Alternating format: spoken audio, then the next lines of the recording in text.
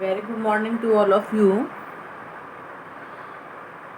Last lecture में हमने probability के बेटा 8 क्वेश्चन तक कर लिए थे। आज हम इसके बाकी के क्वेश्चंस करके इस चैप्टर को यहाँ पे कंप्लीट करते हैं एंड आफ्टर दैट हम बहुत ज़ोर शोर से अपना रिवीजन स्टार्ट करेंगे। और फर्स्टली मैं उन चैप्टर्स का रिवीजन करवाऊंगी जो आपके यूनिट टेस्ट में आएंगे। I mean to say that chapter number 13 and chapter number 14। And जो नेक्स्ट वीडियो आपकी होगी वो बच्चों के द्वारा भेजी गई मेरी प्रॉब्लम। नेक्स्ट जो वीडियो होगी वो आपकी जो स्टूडेंट्स ने प्रॉब्लम मेरे को सेंड की हैं उन पे होगी। और मैं आप लोगों से सभी से ही रिक्वेस्ट कर रही हूँ जो भी वीडियोस को देखते हैं कि आपको जो भी प्रॉब्लम्स आ रही हैं चैप्टर 13 और 14 में आप मुझे उनकी डाउट सेंड कर दीजिए प्लीज़। चाहे वो किसी भी बुक के डाउट्स हों, आप मुझे डाउट सेंड कर दीजिए, मैं उन पे आपकी वीडियोस बनाऊंगी। तो फर्स्ट वीडियो तो कल उनके डाउट से रिलेटेड होगी जो मैंने आपको एमसीक्यूज करने के लिए दिए थे। उसके बाद आपकी वीडियो स्टार्ट हो जाएंगी which is on the basics of revision of chapter 13 and 14। चलिए स्टार्ट करते हैं क्वेश्चन नंबर 9 से, जो कि आपकी एक एक्टिविटी है और 10 भी एक एक्टिविटी है जो हमें नहीं करनी है। तो अब हमारी शुरुआत होगी प्रोबेबिलिटी के 15th चैप्टर के क्वेश्चन नंबर 11 से। 11 के स्टेटमेंट में रीड कर रही हूँ और स्टेटमेंट क्या है कि 11 बैग्स हैं व्हीट फ्लोर के, each mark 5 kg actually containing the following weights of flour in kg. कहता है कि 11 बैग्स हैं जिनमें गेहूं है, गेहूं का आटा है। लेकिन जो गेहूं के आटे के जो 11 बैग्स है ना उनके ऊपर मार्क तो लिख रखा है 5 kg, लेकिन जो एक्चुअलिटी में उनके अंदर वेट है वो इस टाइप से है। तो आपको प्रोबेबिलिटी बतानी है any of these bag chosen at random containing more than 5 kg of the floor. आपको उन बैग्स की प्रोबेबिलिटी बतानी है जिनके अंदर जो आटा है वो 5 kg से ज़्यादा है। अब देखिए तो टोटल नंबर ऑफ आउटकम्स तो पता चलेगी ना, टोटल नंबर ऑफ आउटकम्स 11, क्योंकि 11 बैग्स है ना तो टोटल नंबर ऑफ आउटकम्स तो 11 हो गई। अब late PE be the probability of getting bags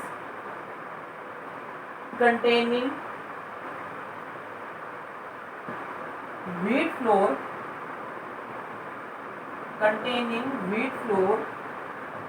more than 5 kg, more than 5 kg. So number of trials happened in favor of event, in favor of PE, कुछ भी कह सकते हो कि वो ट्रायल्स कौन कौन से हैं या वो आउटकम कौन कौन से हैं जो हमारी प्रोबेबिलिटी निकालने के टाइम पे फेवर करती हैं। अब प्रोबेबिलिटी निकालने के टाइम पे हमें क्या निकालना है कि हमें वो बैग्स चूज करने हैं जिनके अंदर व्हीट फ्लोर 5 kg से ज़्यादा हो।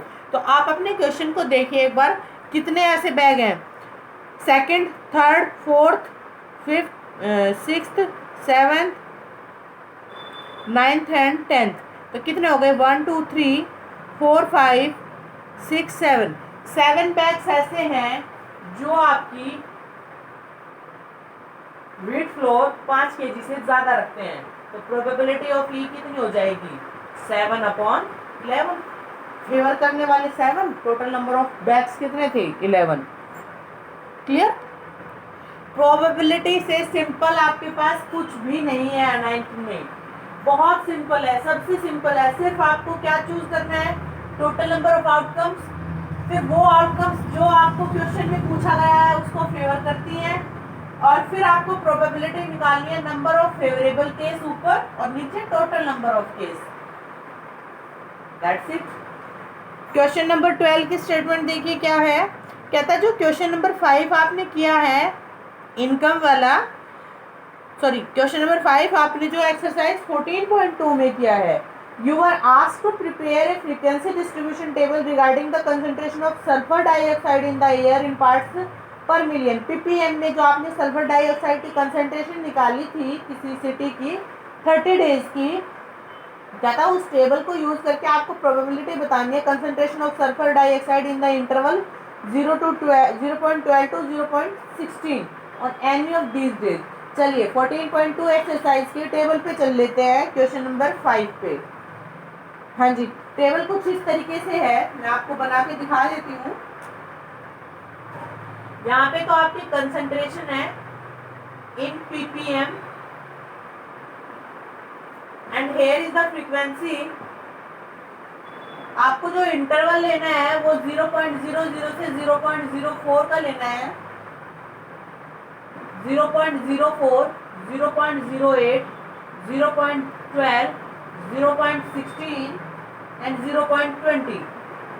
यहाँ पे 0.24, 0.20, 0.16, 0.12 and 0.08 and frequency is 499,242।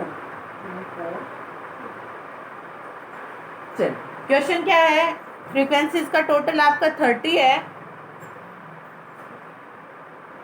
और क्वेश्चन आपसे पूछा गया है कि जो आपको सल्फर डाइऑक्साइड की कंसंट्रेशन दे रखी है ppm में, उसमें आपको प्रोबेबिलिटी बतानी है जब 0.12 से 0.16 के बीच में जो कंसंट्रेशन है वो कितने डेज की है।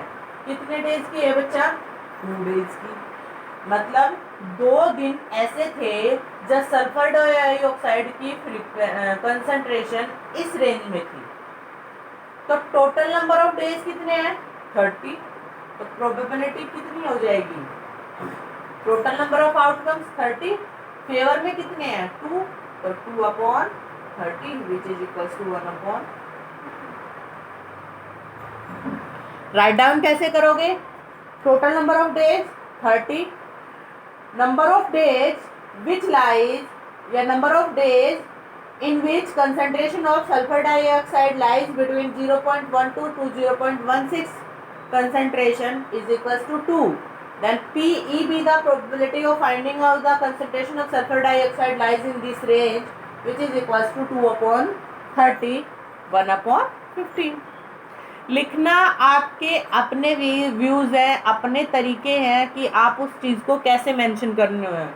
2 बातें लिखनी होती हैं, total number of outcomes, favour में कितनी आउटकम्स है, प्रोबेबिलिटी होती है favour upon total which is equals to 1/50। Last question of this chapter and probability chapter also. इस चैप्टर के बाद आपकी बुक ऑलमोस्ट 98% कंप्लीट हो जाएगी। एक छोटा सा 5th चैप्टर था जो सर ने स्किप कर दिया था, उसमें वैसे कुछ भी नहीं है। आपको एक छोटा सा कंस्ट्रक्शन का चैप्टर है, वो हम लास्ट में मैं करवाऊंगी रिवीजन के बाद, क्योंकि उसमें इतनी इम्पोर्टेंस कुछ भी नहीं है।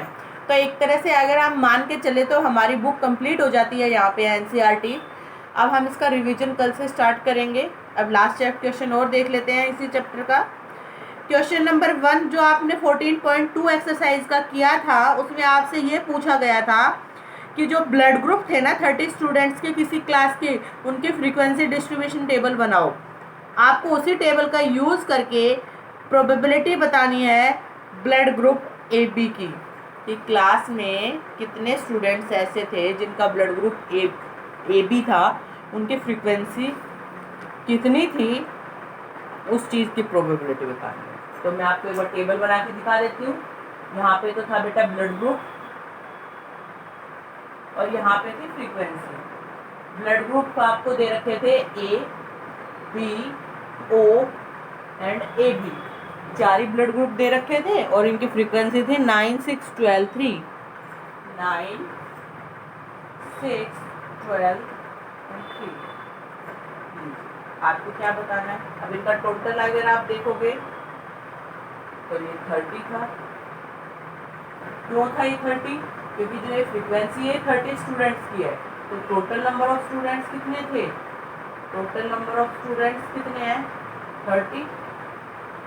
ए ब्लड ग्रुप वाले 9 स्टूडेंट्स हैं, बी ब्लड ग्रुप वाले 6 स्टूडेंट हैं, ओ ब्लड ग्रुप वाले 12 स्टूडेंट हैं, ए बी ब्लड ग्रुप वाले 3 स्टूडेंट्स हैं। तो आप लिखोगे number of students having blood group AB, having blood group AB is equals to 3. Let P is the probability